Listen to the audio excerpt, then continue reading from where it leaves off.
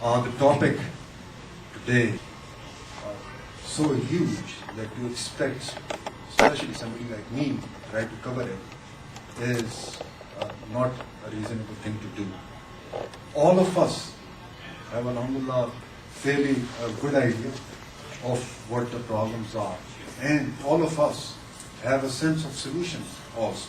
If anybody is given that job, we can list the problems and we can list the possible solutions. So what I am doing today is I'm going to talk about the problems just to refresh, orient ourselves to the challenges that we face.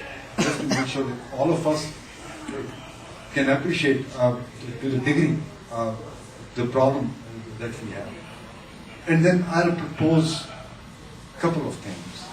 The last proposal is actually an action item, and I would need your input on that also.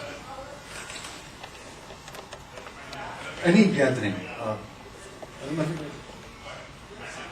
every moment is an opportunity, is a blessing from Allah subhanahu wa ta'ala. If we can change ourselves, we can improve ourselves, we can improve our conditions.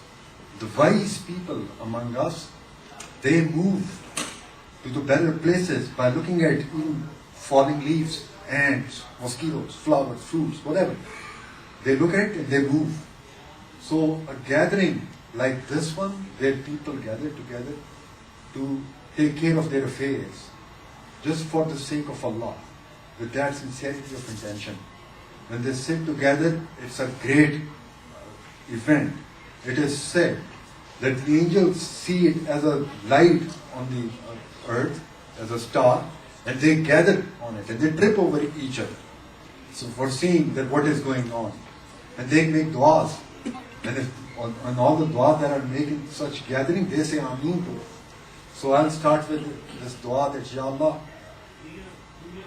right here, right now, purify our intentions, that all we are doing is trying to get closer to you.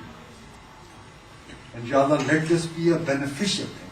Let there be, we just don't listen to it and words fall off our ears, but rather we move towards betterment, inshallah.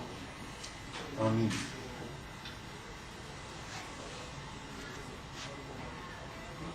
The problem section, I'll begin. I'll define problems, what we have, and then the proposed solutions. In the problem section, I'll break it down further into individual problems and the communal problems. And I'll start with the problems we have on individual level. Let's compare our performance. Let's start with our salah. If we want to evaluate something, we have to evaluate against a standard. What is our standard? Who's our role model?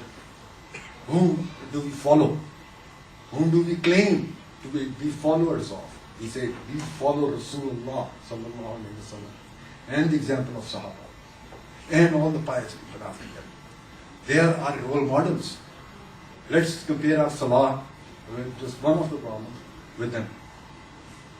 For them, salah was a most important event of the day. They would finish a salah and they would start waiting for the next one. There was no question of missing it. What is it for us? It is an obligation. We have to put an effort to it. Those of us who have established 5 times salah I'm talking about, majority of the community, it's a sense that I have and you have, that majority of the community has not established 5 times salah. Those who have established 5 times salah, it's an effort. It takes effort to establish salah. If the drive is not there, so there is one difference.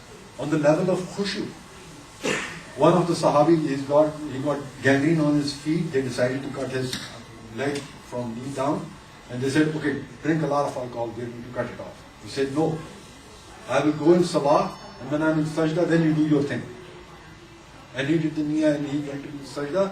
They cut off his limb. They had to take the bone. They did all that. He passed out. But that's how deep they were.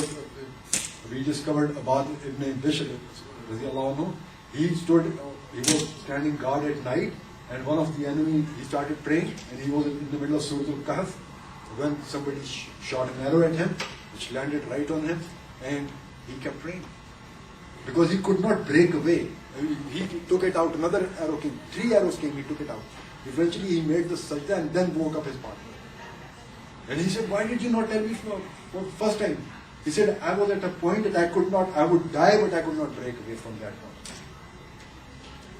Hazrat Abu Bakr, he used to cry so much that when Rasulullah decided that Hazrat Abu Bakr will lead the prayer on his deathbed when he was sick, he said, Hazrat Aisha, his daughter, she said, don't do that. He said, why? He said, he cries too much. People don't understand what he's saying. But still, that's what happened. He led the prayer. But compare that with us. Those of us who have established Salah, our condition, our Salah, how many of us understand Arabic? There goes the khushu. At the best, we know Surah Al-Fatiha. We say that to Allah subhanahu wa ta'ala, but then when Allah subhanahu wa ta'ala started replying back, we have no idea. We don't catch that. So khushu is an abstract thing then. Let's move on. Another thing that to compare is that it's the strongest sunnah that Rasulullah never prayed Fard Salah without Jama'ah. And so did Sahaba, and so did all the pious people. Everybody prayed with Jama'ah. Quran implicitly says to pray in Jama'ah. Implicitly. Salatul Khawf. Quran says, if you are even in a battlefield, if you go half pray, half stand guard, then take the turns. So it is clear that we have to pray in Salah in Jama'ah. How many of us are doing that? Surah Al-Fatiha is in plural. You say, Bismillah, Iyaka na'budu wa iyaka nasta'in. We worship you and we seek help from you. That is designed by default that Imam will stand and he will say that on behalf of everybody. We stand in front of you, we worship you. By default, we have to, it's implicit that we have to pray in Jama'at. What is our condition? Less than 2% of people are praying in Jama'at. Let's move on to fasting. I'll pick up a little bit pace here. In fasting, Brother Sultan Shakur did a presentation last week. He talked about the reflection on Ramadan and he asked a crucial question. The ayah he mentioned goes that the fasting is prescribed to you as it was prescribed to people before you, so that you might become muttaqi. You might become muttaqin. Probably, perhaps you become muttaqin. The question to ask is, have you become muttaqin after Ramadan? Well, I'm not talking about 10 people here. I'm talking about generally, what's your impression across our community? So, has fasting worked for us? If we have not become muttaqin, the logical 2 plus 2, it seems that it has not. Astaghfirullah. Wallahu a'lam. Tarawih is a great pull. It brings, everybody says, hey, I can't miss Tarawih. Everybody gets up, comes here. It's a sunnah. It's the form it has taken is Hazrat Umar brought it in this form. That let's do it in Jama'at. What about the Fard Salah? So all this is where we are in comparison to where we are supposed to be. Let's talk about the next thing. Quran. What is our relationship with Quran? How many of us are regular in reading it with understanding and with the intention to bring it in our lives? And I'm not talking about only in this room, these people, but what is your general impression in community? What about our Quran says, it's full of course, Quran is supposed to be read and everybody knows it's important. But look